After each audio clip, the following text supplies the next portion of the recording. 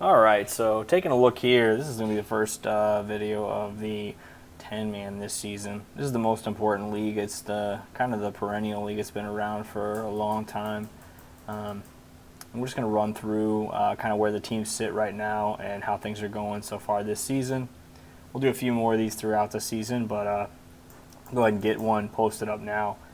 So we're going to start off with some of the teams that have been having a rough go at the beginning. We'll start off with, we'll actually do this whole division up here first, the Truth Division. We're going to start off with Justin's team, who's had a pretty rough go of it so far.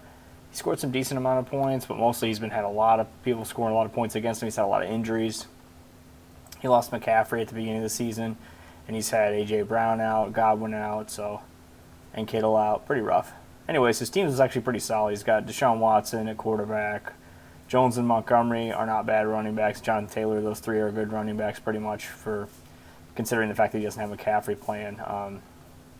Jones has turned out to be quite a bit better than he was expected to be. Taking a look at his wide receivers, he's got some great wide receivers, but I think there's some great wide receivers in Godwin, Brown, and McLaurin. And he's got Marquise Brown, Deontay Johnson, and Jarvis Landry on the bench, so he's kind of loaded at wide receiver. Watson and Cam at quarterback. And some kickers and defenses that are fine. Nothing too exciting there or too bad. So anyways, this team looks like it's actually poised for some success here, but he's going to have a bit of a climb out to do because he's 1-5. As you guys know, you never want to give up before you're really eliminated because you can get in there with probably 7 losses. 8 losses is kind of the death knell, but with 7 you could still do it if the breakers work out correctly for you in these 10-man leagues. We're going to go ahead and take a look at another team now, but I think he has a possibility of being able to climb out of this. He's going to have to rattle off several wins in a row, though, so it's going to be kind of tough. Let's now take a look at our next team on there. This is Papa Giorgio. It's Josh Hagan's team. Let's take a look here. So he's got Herbert at QB. He's got 2 on the bench, so he's got some rookie QBs he's firing up here. He's got some good running backs, though, in Henry and Eckler. Eckler's, of course, hurt, but he's got some other guys in both the backups in not San Diego, but wherever these guys are from now. I guess L.A. I guess everyone's from L.A., but San Diego Superchargers. It looks like he's going to run with Justin Jackson this week over Josh Kelly. Seemed like that was the situation last week. Seemed like that kind of played out there. He's got some unnecessarily good tight ends. He's got Kelsey and Waller. Kelsey obviously best tight end in the league, so that's exciting. But then having Waller on the bench just seems kind of like a waste. Waller obviously is awesome, but he's probably the 3rd or 4th best tight end, so he probably ought to trade him for something he can start. He could use some help at wide receiver, or maybe a running back for as long as Eckler's out. I don't know how much longer Eckler's going to be out, though. He does have Darrell Henderson, too. He's got Blankenship on a bye. We'll see if he switches him out. I imagine so. I can't imagine he's going to just hold him through the bye, but we'll see. And Eagles D, that's fine, sure. So he's at 2-4 right now. Not doing too bad. His team's decent. QB is a little weak, but Justin Herbert's got some good matchups coming up, so maybe he'll climb out of here as well.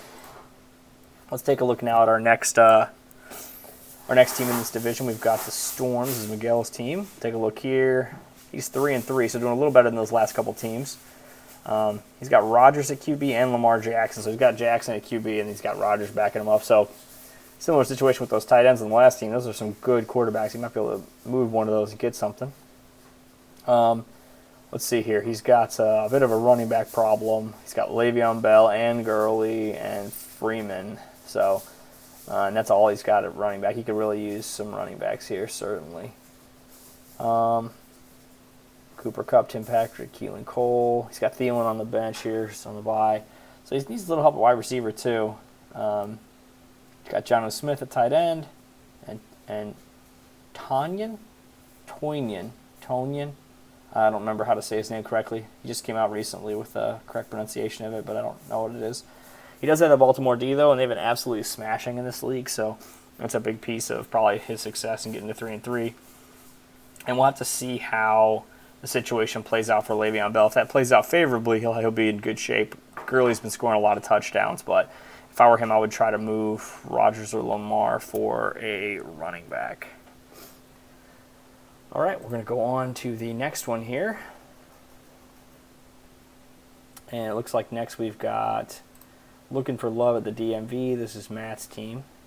It's his first year in these leagues with us. And let's take a look here. He's got Tom Brady starting week to week at QB, and he's got the bench Fitzpatrick on his bench as well. Looking at his running backs, he's got Myles Gaskin here and Kenyon Drake. Those are probably his best two running backs, and he's got AP in a pinch, and he's got Cam Akers waiting for that potential to pay off. He's got Devontae Adams, so he's been suffering through that. Jamison Crowder, been very, very good this season, but looks like he's going to miss this week. And he's playing Beasley. Uh-oh. Nobody does it, but sometimes Beasley's good, so his wide receivers are a little bit weak. His running backs are a little bit weak, but he's been getting the job done. Got a good defense in the Patriots. He's 4-2, so I mean that's tied for the second best record in the league. I think he's tied for. I think there's only two people that are 4-2, and there's one 5-1. That's it. So pretty good performance so far. He's got Hawkinson on the bench with Jared Cook. Yeah, so he's got kind of a patchwork team a little bit, but he's got a lot of the guys who've been performing well. So pretty good. And Kenyon Drake looks like he's finally coming on. If he's lucky, that'll continue. So yeah, let's take a look next at the next team in this division, which I believe is the Rascals team, the Rapscallions. Yep, that's right. Take a look here at that team. And let's see here. She's got the second most points for in the league. She's starting Stafford at QB with Minshew, so QBs are a little bit weak for her. She had Chubb, but he got hurt. She's got Mostert, he's out this week. She's got Swift on the bench too. She's got Carson, Damian Harris. So she's got some really good running backs, but multiple ones are hurt with Chubb and Carson. And then she's got Raheem Mostert as well. He's hurt. So she's got some wide receivers that are pretty strong too with Michael Thomas. Looks like Michael Thomas is out this week again, excitingly. And Diggs. Always nice to have Diggs in a season like this where he's just going crazy. She's got Chark on the bench, Cooks, and Odell Beckham as well. Niners D, they've been fine. A lot of injuries there, but they've been fine anyways. Yeah, her tight end's a little bit weak with Higbee. Because he just hasn't turned out to be as good as we expected, and her QB's a little bit weak. But aside from that, her team's pretty strong. Her running backs are good. Once they get healthy, she'll be in good shape there, and her wide receivers are pretty good too. She's been hit with the fact that Michael Thomas hasn't really played. She's still 4-2, so pretty strong start so far. Let's take a look at the other division. But real fast before we do that, let's take a look at the how many points have been scoring. Yeah, she's got the second highest points scored in the league, so very strong there. Now we're going to take a look at the Facts division, and we're going to start off with Moneymaker, who is at the bottom of the division, starting Jared Goff. That's where Jared Goff belongs, at the bottom of the division. Whoever has him, whenever they have him, that's where they should go and live. And so it's apt. He's got Miles Sanders hurt right now, but he's got some good running back depth because he's got Kamara, James Robinson, and Melvin Gordon, and Singletary in addition to his hurt Sanders. So got a lot of good running backs, including the highest performing running backs, Kamara, this year so far. And kind of impressive, really, that he has these running backs and he's been losing. But let's take a look at the rest of his team. He's got Evan Ingram and Mike Gesicki at tight end. That's got to be part of the trouble. Then Jared Goff at quarterback, of course. And his wide receivers are not too terribly exciting. Hill has not been as good as he should be this season, although Fuller's been really going off. His potential has really come to fruition. He's been very good this season. Keenan Allen on the bench. I probably would just be starting him instead of Debo, but maybe he's trying to shake things up. And yeah. So, anyways, he's got some pretty strong situations. They got Juju. Juju has not been playing well recently. He's got a mediocre KC defense and Robbie Gould kicker. Those are fine. In any case, his team looks okay. Definitely looks better than a team that would be 1-5. So interestingly enough, we're looking at the two 1-5 teams. Both those teams, Justin's team and Moneymaker's team, both those teams look to me like they shouldn't be 1-5. They look about 3-3 teams to me, maybe even a little bit better than that. Let's take a look at Holmes' team. And changed his name to the Dolphins recently. And see, he's got Kyler Murray at QB, so pretty strong there, even though Murray's been a little bit hot and cold this season. He's got a hurt Joe Mixon on the bench, and he's He's got Hunt and Mike Davis at running back. He doesn't have strong running backs on this team. He must have had maybe Barkley on this team or something because, although I'm not sure. Oh, yeah, he must have. He must have had Barkley on this team. So anyways, because these running backs just aren't that strong. He's always drafting lots of running backs. And so he does have Hunt, of course, but, like, that's one that he wouldn't have drafted that high. He would have drafted probably 7th round or 8th round or something. His wide receivers, Hopkins and Cooper, pretty strong. And then he's got a bunch of different guys he can plug in for the 3. Chase Claypool, Justin Jefferson, CeeDee Lamb, and DJ Moore. I like Moore out of those guys, but Moore has not been as successful this season as a lot of people expected him to be. And then he's got Hunter Henry, which I think Hunter Henry's in a tier by himself at tight end. There's the really good tight ends. There's a few of those. There's about 4 of those. And then after that, there's Hunter Henry all by himself. And then there's a bunch of tight ends that could get points each week, but, man, you know, it's just not – you don't want to be in a situation where you're starting somebody that's worse than Hunter Henry. You don't want to be starting Hayden Hurst or Higbee or Hooper. It's just not worked out well for or Tonyan or whatever, Tanyan, who knows. Graham Gano, kicker, and Chicago Bears D. I like the Bears' defensive matchup this week against the Rams, but I like the Rams against the Bears too, so we'll see how that plays out. This division's a little stronger. We've only got that 1-5. The rest of the teams are all 500 or better. Take a look at the at the Manship B. We don't want to skip on Josh Wood's team here. He's got Russell Wilson at QB, so pretty strong, about as good as you could possibly have. He's got Zeke and Clyde Edwards-Helaire. He's got Fournette and McKinnon on the bench. So his first 2 running backs are good. Edwards-Helaire might be getting a slight downgrade as Bell's going in there. We'll see how that actually, pans out. I think he's going to be kind of similar because he already wasn't getting in the end zone. You expect that end zone work to decrease a little bit, but the thing is he wasn't getting in there anyways. He's been doing fine. He's been a good running back without getting it. So taking a look here, he's got a great tight end in Mark Andrews, so that's nice. Great quarterback and great tight end.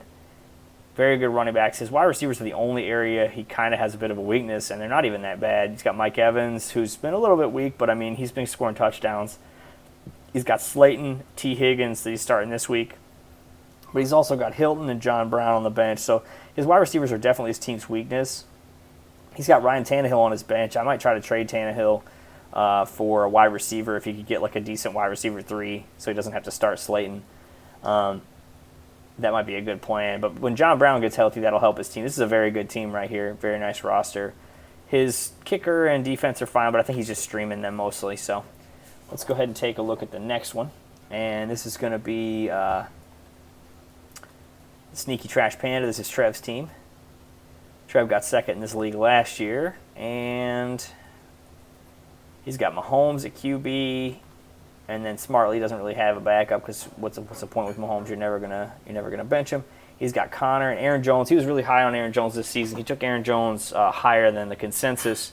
And a lot of his success, I think a lot of Trev's success comes from the fact that I don't think he listens to traditional fantasy advice. He watches the games and then makes his own choices. And so what happens is a lot of people are doing one thing and he usually does well kind of against the grain.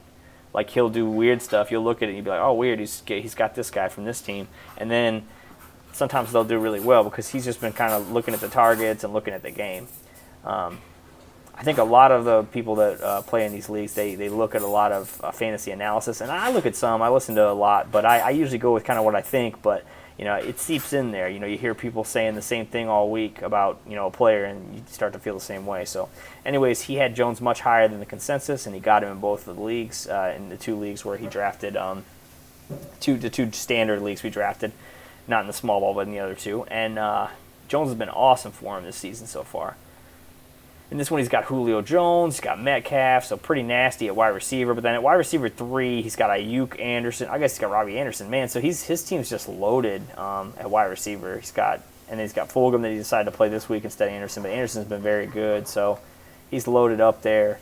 His backup running backs are pretty weak after Connor and Jones, as these guys are just handcuffs. He doesn't actually have another running back that he would want to start if one of those guys was out.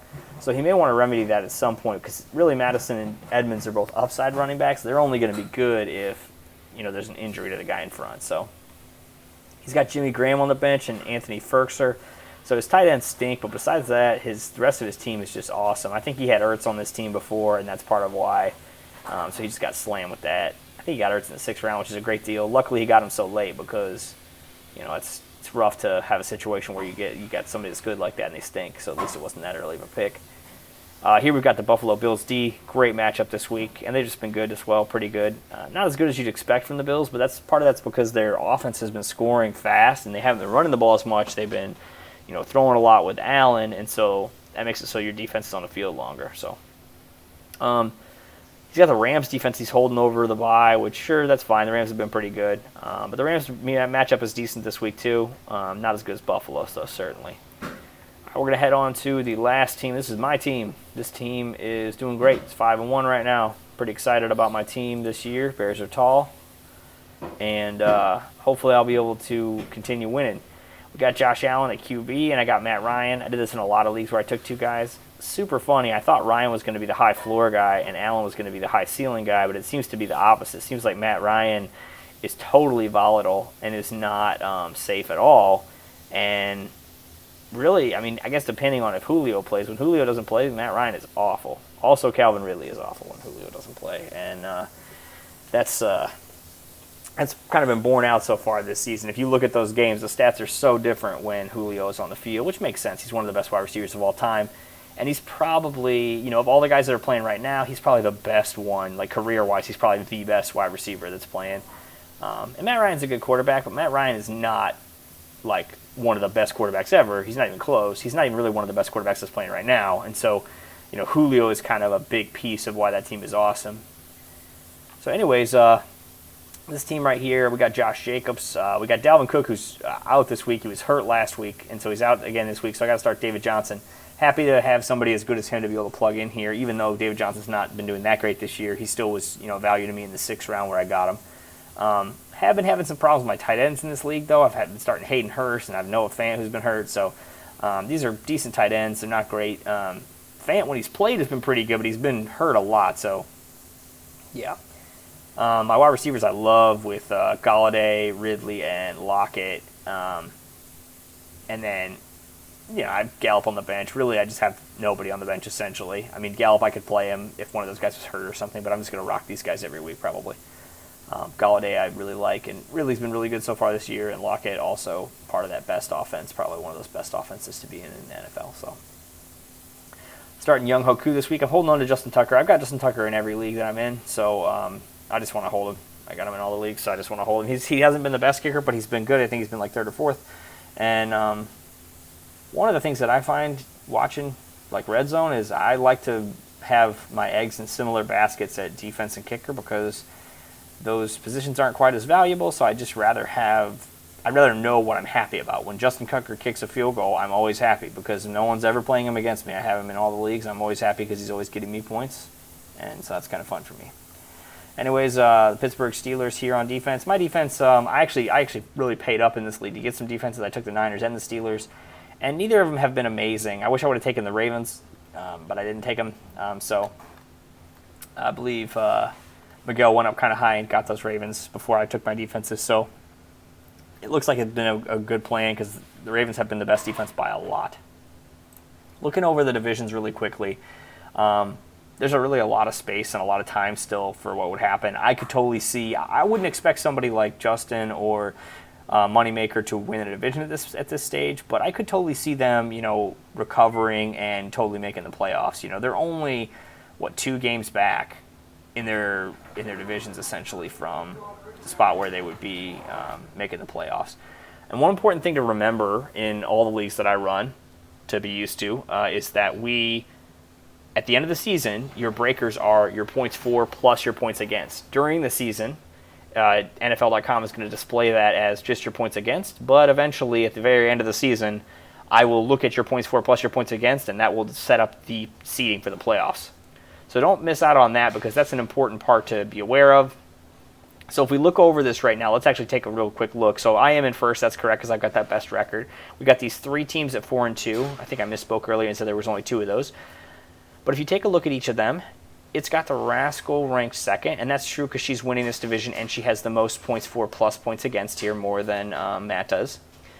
But for example, and then we got Moneymaker here, or sorry, we got Trev here, and Trev has. This is actually pretty close. So he's down at what?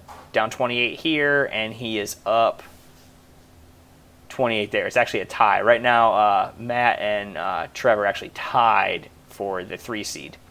So hopefully that won't actually happen. But the point to understand is that if somebody has more points against, it's going to look like they're higher, even if they're not. So let's take a look at the Storm and see if that's the case there.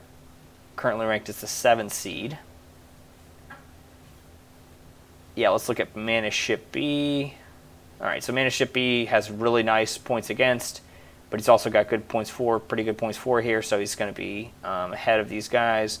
And we look at Dolphins, same situation, so a little bit stronger there. Now, if you look here, down 28, and then this one's up higher. So the Dolphins are actually ahead of Josh Wood, so this is a good example. That's Holmes' team. But anyways, that's worth understanding is that it's points for plus points against, so just remember that. And yeah, so let's look at some of the trends here. I won my last one, but before that I lost. And let's see here what we got. Holmes has been on a 3-game winning streak. Moneymaker was 1-1 but lost his last 4, so big trouble there. Josh Hagan lost his last 3. Matt's won his last 3. Miguel's on a bit of a tear here with 2 wins in a row, which is nice because he was 1-3. Now he's up to 3-3.